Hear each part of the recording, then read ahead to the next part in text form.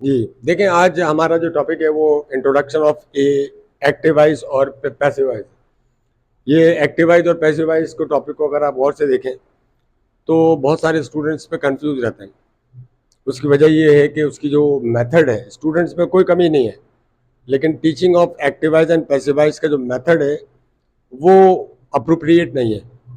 तो इसलिए हम उसको फोकस कर रहे हैं आज। तो आज की वीडियो में हम इंट्रोडक्शन पढ़ेंगे कि एक्टिवाइज और पैसिवाइज होते क्या, और इंग्लिश के अंदर इसकी क्या अहमियत है, इंग्लिश लैंग्वेज में इसकी क्या अहमियत है एक्टिवाइज की और पैसिवाइज की। ये हमारा टॉपिक है।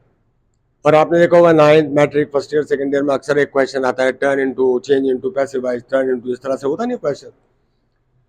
तो एक्टिव वॉइस और पैसिव वॉइस,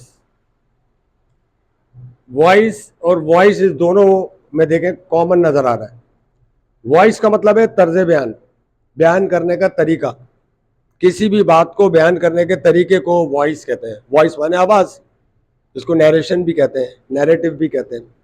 तो एक्टिव वॉइस का मतलब एक्टिव तर्ज बयान, यानी किसी भी बात को एक्टिव तरीके से बयान करने के तरीके को एक्टिव वॉइस कहते हैं।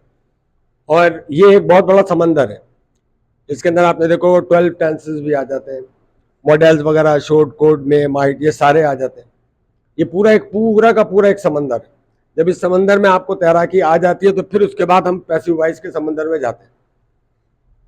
तो मैं ये बता रहा था कि एक्टिव वॉइस एक्टिव तर्ज बयान और पैसिव वॉइस पैसिव तर्ज बयान, यानी बयान करने का तरीका। तो अगर 12 टेंस हमारे यहाँ है और 12 यहाँ है तो 12 12 24, 12 12 24 24 वेज हो गए हमारे पास तरीकाकार बयान करने के किसी भी बात को। अब question rises in the mind के ये पैसिव वॉइस की जरूरत पड़ी क्यों। एक्टिव वॉइस में क्या है कि आप डायरेक्ट गुफ्तगू करते हैं और किसी भी शख्स का, एजेंट का या डूअर का नाम जरूर लेते हैं, ठीक है। और पैसिव वॉइस के अंदर हम एजेंट का, डूअर का नाम नहीं लेते। इसीलिए ज्यादातर मैगजीन्स, अखबारात, news casters, journalist passive voice में गुफ्तगू करना पसंद करते हैं। एग्जाम्पल है, मिसाल के तौर पर हम ये कहें कि फला शख्स ने फला शख्स के पैसे चोरी कर लिए, तो ये एक्टिवाइज जुमला हो गया क्योंकि आपने उस शख्स का नाम ले दिया, ये एक्टिवाइज हो गया। तो अब क्या होगा कि अगर सपोज करो कि उसने नहीं लिए, खुदा ना खास्ता, तो सारा गेम आपके ऊपर पलट के आ जाएगा क्योंकि आपने उसका नाम लिया। तो कहेगा मेरा नाम क्यों लिया। इसी को सेफ रहते हुए अगर हम गुफ्तगू करें कि फला शख्स के पैसे चोरी हो गए, तो अब आपने नाम नहीं लिया डूअर का, एजेंट का, तो आप सेफ गुफ्तगू में है। तो इसीलिए कॉर्पोरेट वर्ल्ड में और बड़ी बड़ी इंटरनेशनल ऑर्गेनाइजेशन में, ईमेल राइटिंग में, इसमें यही एटिकेट्स होते हैं कि आप पैसिवाइज के अंदर रहकर गुफ्तगू करें ताकि आप सेफ रहें, किसी का नाम ना लें। एक्टिवाइज में काम करने का जिक्र करते हैं, पैसिवाइज में काम होने का जिक्र करते हैं। इसमें फोकस होता है करना, इसमें फोकस होता है होना। मिसाल के तौर पर इस फलां शख्स, ये मुनीर भाई इस बिल्डिंग में झाड़ू लगाते हैं, तो काम करते हैं। इस बिल्डिंग में झाड़ू लगती है, काम होता है। Is it clear. तो ये करते हैं तो एक्टिव, और इस बिल्डिंग में झाड़ू लगती है, इस बिल्डिंग में सफाई होती है, तो ये पैसिव। इस तरह के डेली लाइफ में हम 24 आवर्स में कई जुमले यहां से और यहाँ के मिक्स करके, ब्लेंड करके बोलते हैं। मेरे ख्याल में बात समझ में आ रही है आपको। Is that clear. मेरी वालदा मोहतरमा कपड़े धोती हैं, मेरी वालदा मोहतरमा कपड़े धो रही हैं, मेरी वालदा मोहतरमा कपड़े धो चुकी हैं, धो लिए उन्होंने। तो इसमें गौर से देखें, ये एक्टिवाइज है क्योंकि मैं डिस्कस कर रहा हूँ, बता रहा हूँ को कौन काम करता है।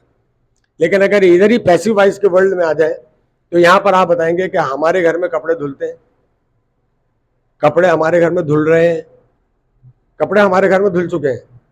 अब इसमें से मैंने वालदा मोहतरमा गायब कर दिया, तो ये जो मेरा बयान करने का तरीकाकार है, इसको हम पैसिव वॉइस कहते हैं। Is that clear.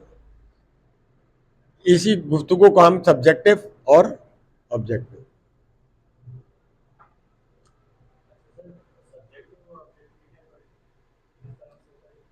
देखिए, सब्जेक्टिव गुफ्तगू और ऑब्जेक्टिव गुफ्तगू ऐसी गुफ्तगू है, दोनों में फ़र्क ये है कि अगर आपने किसी डूअर का और एजेंट का नाम लिया कि फलां शख्स ने फलां शख्स को मार दिया, तो ये सब्जेक्टिव गुफ्तगू कहलाती है। सब्जेक्टिव गुफ्तगू सेफ नहीं होती, क्योंकि आप नाम ले रहे होते हैं लोगों के। एक घरेलू एग्जाम्पल दे देता हूँ। मेरी बहन घर में कपड़े, मेरी बहन घर में कप जो होते हैं चाय के वो तोड़ती है, तो अब ये सब्जेक्टिव गुफ्तगू है। वो हो सकता है कि गुस्से में आ जाए और आ जाए आपके सामने, कुछ हो सकती है बात खराब, ये सब्जेक्टिव गुफ्तगू है।